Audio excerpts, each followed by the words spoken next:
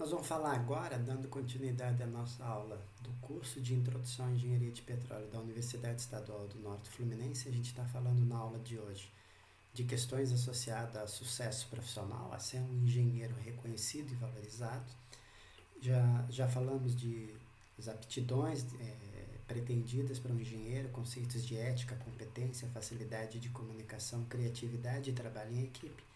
E agora a gente vai falar de uma questão importante, que são os conhecimentos essenciais, o que é necessário para um engenheiro, de um modo geral, engenheiro civil, elétrico, mecânico, de petróleo e assim por diante, engenheiro naval.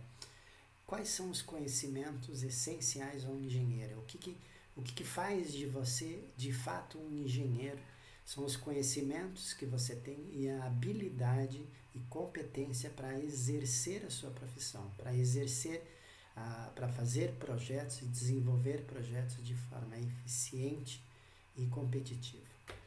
Então, os itens que estão associados aos conhecimentos essenciais, a gente pode dividir em ciclo básico, ciclo profissionalizante e questões associadas. O ciclo profissionalizante, ele varia de acordo com o curso. O ciclo básico não. Então, independente do curso de engenharia que você esteja fazendo, o ciclo básico é o mesmo. O que vai mudar é o ciclo profissionalizante e a questão de se sua faculdade, sua universidade, ela disponibiliza a você a atividade de iniciação científica que eu tenho pontuado como sendo fundamental nos dias de hoje para que você possa ser um engenheiro moderno. Então, a gente vai falar primeiro do ciclo básico. Então, o que eu preciso saber no ciclo básico? A primeira questão a gente já citou são as questões das linguagens. Português, inglês, desenho técnico, que são as linguagens básicas com as quais eu vou ter que lidar. A seguir, com a questão da matemática, com uma série de conceitos de matemática que eu vou ter que aprender ao longo do meu curso de engenharia. Então, tem uma série de questões de matemática que a gente vai aprender nas diversas disciplinas que a gente tem.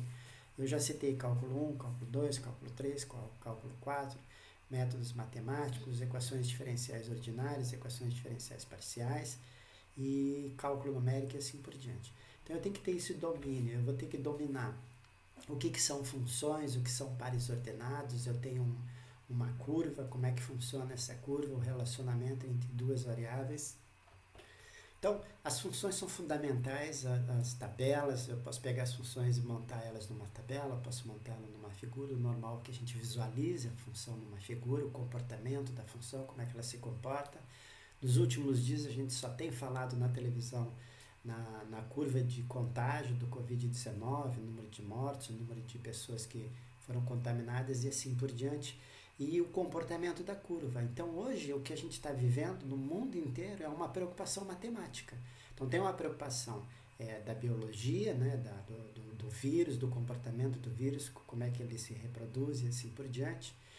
Tem uma preocupação médica de como a gente vai fazer para tratar as pessoas, mas existe uma questão matemática fundamental. Se a gente conseguir entender bem essas curvas, o comportamento delas, a gente vai conseguir prever o tempo que a gente vai ter essa crise e assim por diante. Então, essa curva é fundamental. Eles estão falando o tempo todo em achatamento da curva, isolamento para achatamento da curva e assim por diante. Então, é essencialmente um problema de cálculo, um problema de matemática, de entender essas funções, de entender as variáveis com as quais eu estou trabalhando e como elas se comportam. Então, entender as propriedades, né, as propriedades das minhas funções. Vocês vão ver nas disciplinas de cálculo que existem vários grupos de funções e que essas funções têm propriedades diferentes. A gente está vendo que essa função da curva da Covid, ela tem um comportamento exponencial, que é um comportamento muito problemático, muito difícil de lidar, porque normalmente a gente lida com relações lineares, com relações que têm um comportamento mais suave. A economia cresce, a economia cai, mas geralmente não é uma coisa muito brusca e ela oscila, mas tem um comportamento mais ou menos com a qual a gente já está acostumado.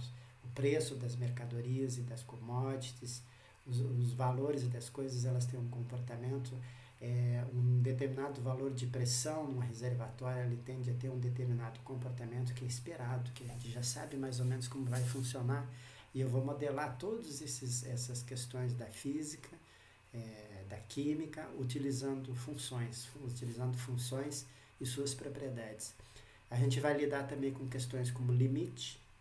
O estudo do limite vocês vão ver em cálculo 1, mas ele é fundamental. Muitas vezes as pessoas estudam o limite e depois deixam de lado, mas o limite ele é fundamental na engenharia porque ele lida com os extremos. O que acontece se os valores são muito baixos? O que acontece se os valores são muito altos? Se eu tiver variações de pressão num reservatório, eu vou ter um tipo de comportamento. Mas se de repente aquilo explode para um valor extremamente alto, aí eu vou ter que ter uma atuação muito mais efetiva, porque eu posso ter um blowout, eu posso ter um dano permanente a todo o meu reservatório e a um determinado poço que eu tenho em função de um blowout. Eu posso ter uma perda de poço, eu posso ter perda de plataforma e assim por diante. Então, eu tenho que ter um entendimento do limite das funções, como é que elas se comportam, o que acontece nos extremos. Isso é fundamental. Então, sempre que a gente está lidando com algum problema, é importante que você analise esse problema do ponto de vista dos limites dele. O que acontece se a gente encontrar remédio para 100% da cura da Covid? Tem um resultado. Significa que resolveu o problema. 100% resolveu o problema. Se você desenvolver um remédio que cura 1% dos casos, significa que você resolveu 1% dos casos. Os outros 99% não foram resolvidos e você continua tendo um problema gigante para resolver. Então, esses limites são fundamentais. Entender o conceito de limite e aprender a calcular eles e lidar com eles é fundamental para um engenheiro. Outra questão importante é a derivada ou taxa de variação das coisas. Vocês vão ver em cálculo também o conceito de derivada e como que se faz para calcular a derivada. Então, basicamente, é entender a taxa de variação das curvas, como as curvas estão variando, como elas estão crescendo, se elas estão constantes, se elas estão em crescimento linear. Então, eu vou poder calcular a primeira, a segunda, a terceira derivada e eu vou poder tirar daí determinadas informações. Se eu tiver uma equação do terceiro grau, a primeira derivada me gera uma equação do segundo grau, a segunda derivada me gera uma equação do primeiro grau, eu vou poder encontrar pontos de inflexão, máximos e mínimos. Então, tem uma série de informações importantes que eu posso obter através do cálculo de derivadas. Outro conceito que a gente usa o tempo todo é o conceito de integral, são as curvas, aquele símbolozinho de integral que a gente usa para calcular a área e antiderivada. A gente vai poder calcular a área, vai poder calcular superfícies, volumes e assim por diante. E é normal, a gente vai ver daqui a pouco uma figura de um reservatório. Eu tenho que saber calcular a área do reservatório, o volume do reservatório. Se a gente for lidar com rochas reservatório, eu vou ter que saber calcular informações sobre a rocha reservatório, superfície específica e assim por diante. E a gente usa esses métodos da matemática para fazer esses cálculos. Então, o conhecimento de funções, limites, derivadas e integrais é fundamental para um engenheiro, porque a gente usa esses conceitos o tempo todo. A gente está sempre usando. A maioria das partes a gente programa isso num computador, então fica meio que automatizado, mas a gente tem que lembrar que está usando esses conceitos. É normal no curso de engenharia a gente ter também disciplinas que tratam de equações diferenciais, o entendimento de relacionamentos entre funções, uma série de funções que se relacionam, como elas se relacionam e como elas se comportam. E aí eu vou estudar isso através das equações diferenciais ordinárias e as equações diferenciais parciais. As ordinárias são normais, a gente vê num curso de graduação. As parciais, muitas vezes, a gente vê num curso de especialização ou de mestrado. A álgebra, ela lida com vetores, lida com matrizes, lida com transformação de propriedades, que eu saio de um universo para outro, que eu faço uma transformada, assim por diante. Tenho toda a parte de cálculo matricial e cálculo vetorial. Então, se você tem, por exemplo, mecânica dos fluidos, ela lida muito com a questão de cálculo vetorial. Então, o comportamento de um fluido, da tendência de como ele vai se comportar, eu vou usar muito cálculo vetorial. Tem uma série de conceitos envolvidos e que você vai usar amplamente para resolver problemas de mecânica dos fluidos e elevação, escoamento multifásico. Então, esse conhecimento ele é fundamental. Você vai precisar desse conhecimento para depois fazer as disciplinas mais para frente no curso. Um engenheiro mecânico vai usar esses conceitos muito e os demais engenheiros também. Engenheiro civil usa muito cálculo vetorial para resolver problemas de engenharia. Esse aqui eu já falei. Então, os conceitos de matemática, funções, limites, derivada, integral, equações diferenciais, conceitos de álgebra e cálculo numérico são fundamentais para a engenharia e a gente tem que saber. A gente falou antes dos símbolos, eu tenho que entender os símbolos e eu tenho que entender esses conceitos e como eles funcionam e como que eu faço para fazer essas contas. A mesma coisa com química, eu tenho que ter noções claras de química básica, quais são os elementos químicos, a tabela periódica, os componentes químicos e as reações químicas, como é que isso funciona, o que é uma reação química, eu vou gerar calor, vou ter perda de calor, o que vai acontecer com essa reação química, quais são os solventes, quais são os reagentes, qual é a minha entrada, qual é a minha saída, quais são as mudanças nas propriedades dos meus componentes químicos que eu vou ter na saída. Então, se você pegar você está produzindo petróleo, você vai levar isso para um sistema de destilação, para uma refinaria, e de lá você vai extrair óleo, gás, diferentes tipos de óleos com diferentes aplicações e diferentes produtos com diferentes aplicações, e elas estão diretamente relacionadas às reações químicas que ocorrem naquela instalação. A gente vai ver química inorgânica e orgânica, todos os cursos de engenharia têm química, no mínimo 2 disciplinas de química, uma de química inorgânica, uma de química orgânica. Vão ter todos os estudos de fases, misturas difásicas, conceito de agrupamento, conceitos de termodinâmica, primeira e segunda lei de termodinâmica, diagrama ternário, pressão, volume e temperatura, que são uma série de conceitos com as quais a gente lida o tempo todo. Então, se você tem, no caso de engenharia de petróleo, um reservatório, esses conceitos aqui são fundamentais. Eles estão, o meu reservatório, a gente falou que ele vai produzir ao longo de 20, 30, 40 anos, e ele não vai ter o mesmo comportamento ao longo desses 30, 40 anos. Ele vai mudar. Ele vai ter mudança de fase, ele vai ter mudança de comportamento. E são essas leis da termodinâmica, são esses diagramas que vão me mostrar quando que essas mudanças vão ocorrer. E aí eu vou ter que fazer uma mudança na minha planta, na minha maneira de produzir petróleo. Eu tenho que estar ciente disso, eu tenho que entender esses conceitos e eu tenho que saber corrigir esses problemas.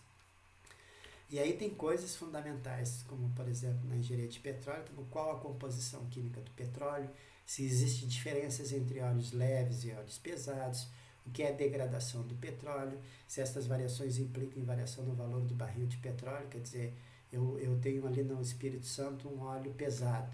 Qual o valor desse óleo pesado? Ele é um óleo mais denso. Eu tenho lá óleo de urucu, lá na Amazônia, que é um óleo bem leve. Qual o valor? Quanto que vale cada um desses óleos? Tem o mesmo valor? Como que faz para produzir? Produz da mesma maneira? Não.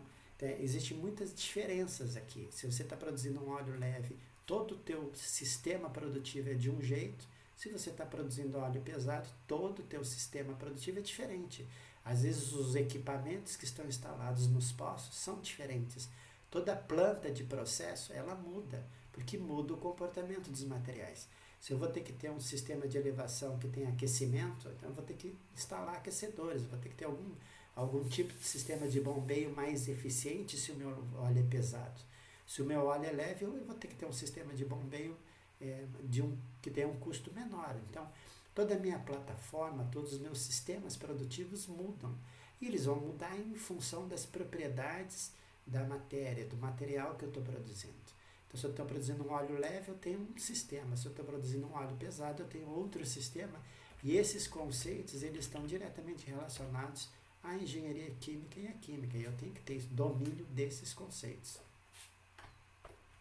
Aqui no nosso curso de Engenharia de Petróleo da UENF, a gente tem, além das disciplinas de Química do básico, Química 1, Química 2 e disciplinas de prática, né? Prática de Química, de laboratório, a gente tem no LENEP, já no ciclo profissional, outras disciplinas que lidam com a parte de mineralogia, com a estrutura da matéria, com os componentes da matéria, os materiais, e com a parte de geoquímica, que é o estudo do óleo, estudo dos fluidos e assim por diante. Então tem uma quantidade de conteúdo relacionado à química muito grande que é visto aqui no nosso ciclo profissionalizante.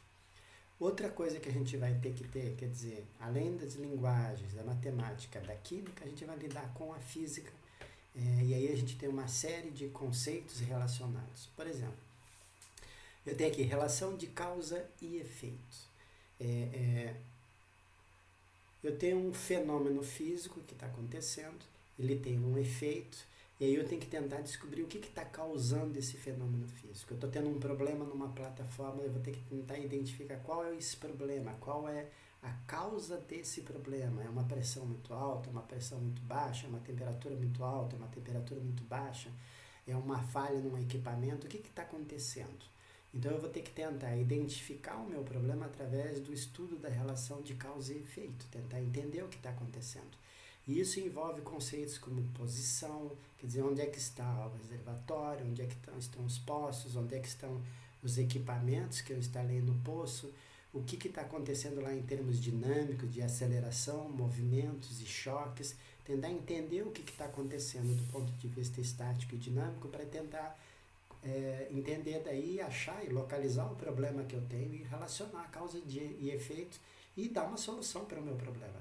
Então, relação de causa e efeito, posição, aceleração, movimento e choque são fundamentais no estudo de problemas de engenharia.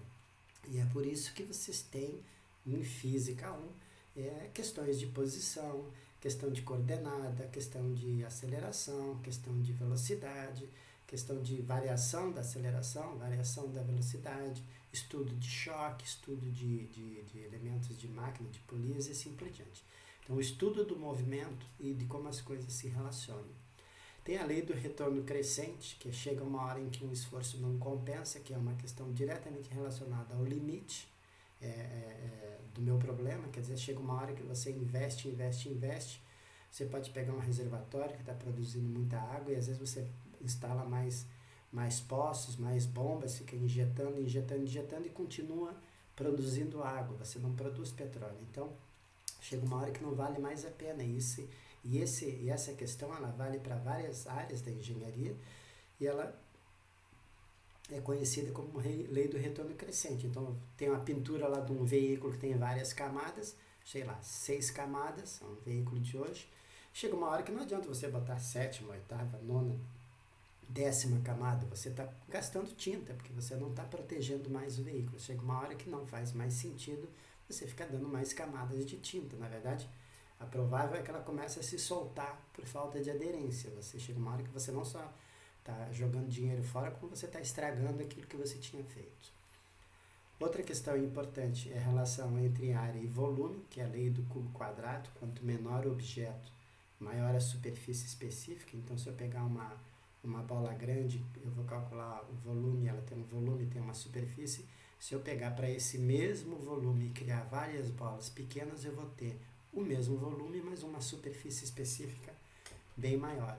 Então, isso se aplica muito à engenharia de petróleo, porque a gente lida com meios porosos, e os meios porosos são um monte de poros da rocha. Tem uma rocha, ela é cheia de buraquinhos, de poros, esses poros estão conectados entre si, e é muito importante a informação da superfície específica, porque por isso afeta, por exemplo, fenômenos de adsorção, em que eu tenho injeção de um fluido com um determinado componente químico, esse componente químico ele vai absorver na parede e vai, por exemplo, digamos, soltar o óleo, vai facilitar com que o óleo seja desprendido do poro e possa ser produzido. Então eu tenho um fenômeno que está diretamente relacionado ao tamanho da superfície específica do meu material, a capacidade que ele vai ter de atuar de forma efetiva no fenômeno de adsorção. Eu tenho aqui também propriedades físicas da matéria, dos materiais e dos objetos. Então, se eu estou aqui em física, então, disciplinas do ciclo básico, física, propriedades físicas da matéria e dos materiais, coisas com as quais a gente lida constantemente, eu vou ter uma série de informações que eu tenho que levar em conta com relação a essas propriedades dos materiais. Por exemplo, massa, dimensões. Se eu tenho um material, um objeto, qual a dimensão desse objeto? Qual a massa desse objeto? Qual é o peso dele?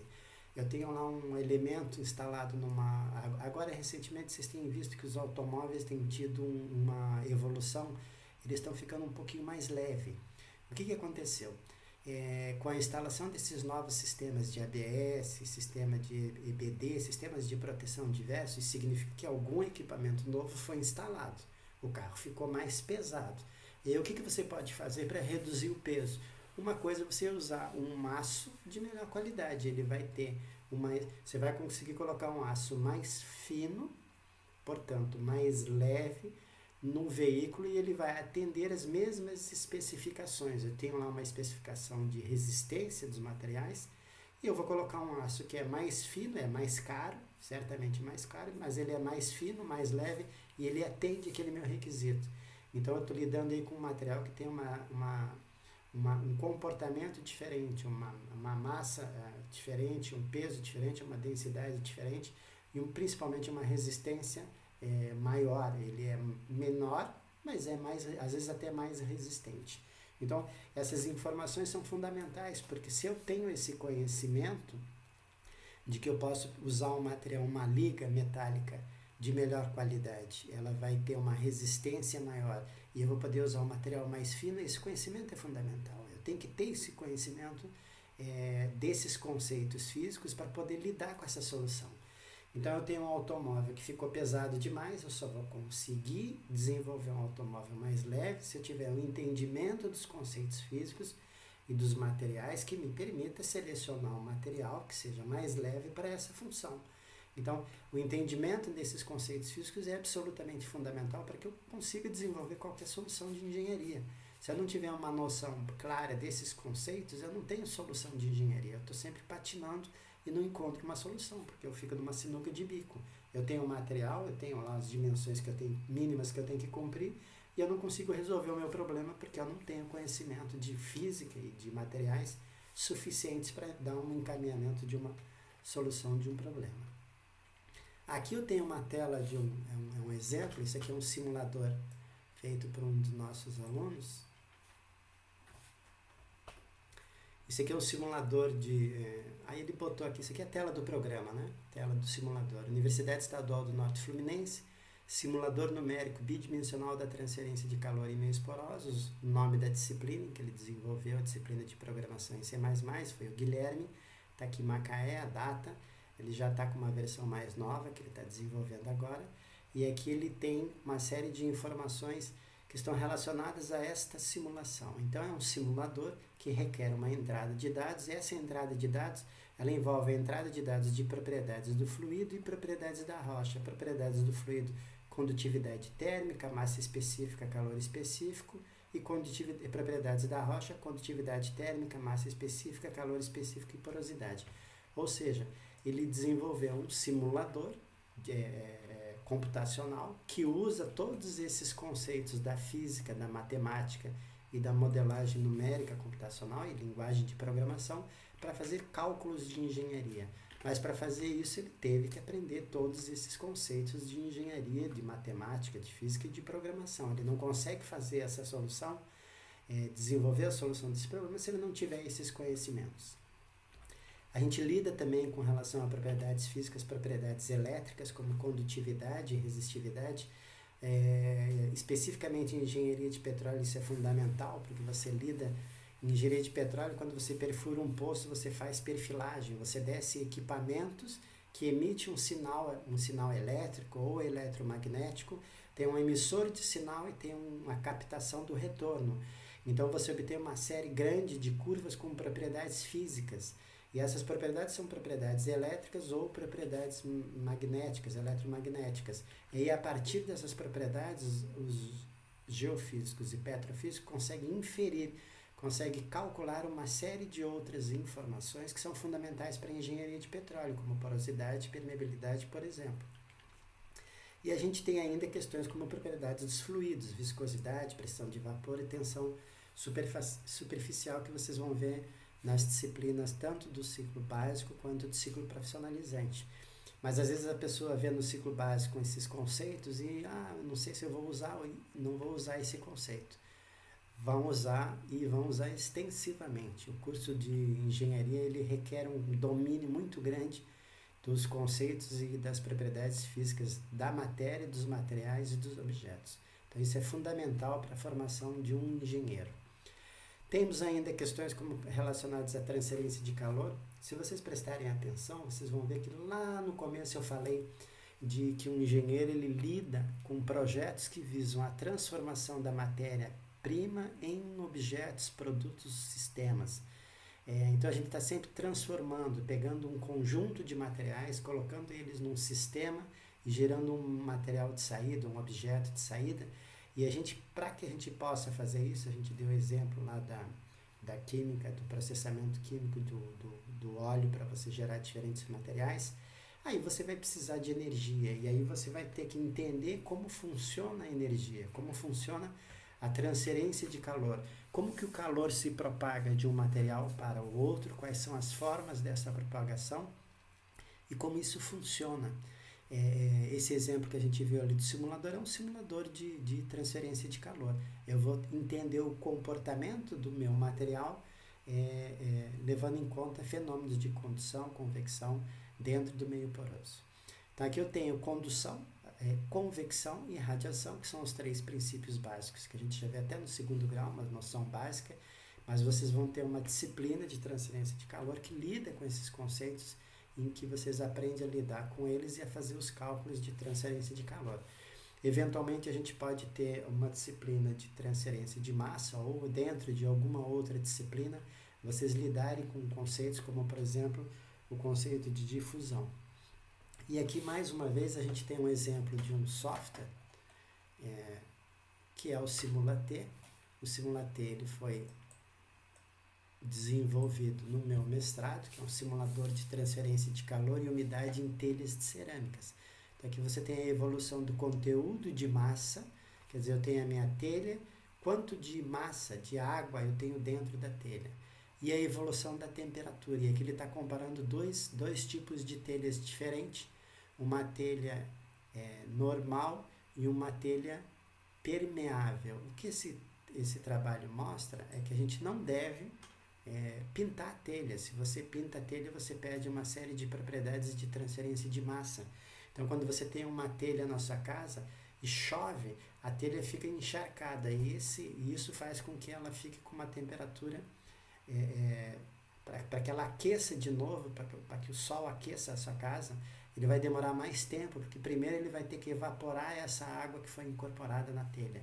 Isso é um simulador que faz esse cálculo, o cálculo de transferência de massa dentro da telha, como ocorre essa transferência de massa e o efeito que ele tem na temperatura. Então, é uma questão fundamental de engenharia, você conseguir calcular a transferência de massa dentro de um material, ele vai permitir que você entenda o comportamento desse material. Se tu tem um material, vocês vão estudar lá na disciplina de materiais, que existe um conceito de ponto de fulgor, que é a partir de uma temperatura o material pega fogo espontâneo. Então, se você tiver um simulador de engenharia que envolva transferência de calor, que envolva transferência de massa, você vai conseguir identificar se está atingindo uma temperatura muito alta que pode pegar calor. Então, são conceitos fundamentais relacionados à engenharia e com as quais a gente tem que lidar.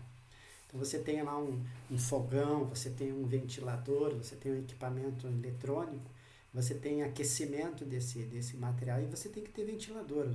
O computador que você está usando para assistir essa aula, o celular que você está usando, ele tem um processador que gera calor e esse calor tem que ser dissipado. E o problema da dissipação de calor em computadores é um problema muito complexo. Outra questão com a qual a gente lida em engenharia, tanto civil quanto elétrica quanto mecânica, é a parte de mecânica dos fluidos. Então aqui eu tenho uma imagem que mostra um esquema de um reservatório. Aqui embaixo eu tenho um reservatório, aqui eu tenho poço, aqui eu tenho aqui eu tenho os meus sistemas de superfície, em que eu vou chegar com escoamento de óleo até uma determinada plataforma, algum sistema, uma estação de tratamento, em que eu vou ter aqui a separação de gás, óleo e água. Mas basicamente eu vou injetar a água por um poço que tem aqui, essa água empurra o óleo vai subir por aqui, eu vou ter bombas aqui que vão elevar esse óleo, eu vou ter um escoamento do óleo aqui, na verdade de uma mistura de óleo, gás e água, e eu vou ter um separador que vai separar as fases aqui. Mas esse sistema é extremamente complexo, porque eu tenho um comportamento muito complicado do que acontece aqui dentro do reservatório. A gente viu que tem termodinâmica, tem química, tem transferência de calor, e isso tudo também se processa aqui ao longo dessas linhas de produção, tanto a parte de transferência de calor quanto a parte de transferência de massa, transferência dos fluidos. E aí lá em cima eu tenho uma estação de tratamento, aqui fala de uma estação, que é a coletora. Então eu tenho aqui um conjunto de instalações que tem como objetivo efetuar o processamento primário de petróleo e gás, visando a separação. Então que é o que eu tenho aqui. Mas para que eu chegue aqui e tenha a separação do gás, do óleo e da água, eu tenho todo um processo de escoamento que envolve uma série de estudos de conceitos de mecânica dos fluidos. A gente tem nos cursos de engenharia uma disciplina de mecânica dos fluidos, que estuda o comportamento dos fluidos em movimento. Então eu tenho aqui uma tubulação, esse círculo é de uma tubulação, aqui é um corte, esse corte aqui. E aqui eu tenho uma mistura de gás e água, por exemplo, um líquido e um gás. E aqui eu tenho um comportamento. Essas curvas em vermelho, elas estão me mostrando o comportamento das curvas, de como ocorre esse escoamento multifásico. Isso é extremamente complexo. A gente viu antes uma figurinha que mostrava o escoamento dentro de uma tubulação. Isso é extremamente complexo e difícil de calcular. Existem muitas equações matemáticas e muito modelamento numérico, muitas soluções diferentes de modelagem numérica computacional para resolver problemas de mecânica dos fluidos. A mecânica dos fluidos é uma disciplina fundamental para a engenharia e é uma disciplina complexa. É uma disciplina que dá bastante trabalho porque envolve uma série de conhecimentos bastante amplos e com cálculos bem elaborados. Lembra que eu falei que mecânica dos fluidos lida com cálculo vetorial. E a gente tem ainda alguma coisa de lei da relatividade, teoria da relatividade, que vocês devem ver lá na última parte das disciplinas de física, que é para ter uma noção clara de que o comportamento das coisas é relativo, depende da sua posição, de onde você está, da velocidade que você está, mas basicamente a lei da relatividade ela nos mostra que as coisas são relativas, que eu posso ter uma formulação diferente em função da minha posição, né? Então eu posso ter conceitos diferentes aí.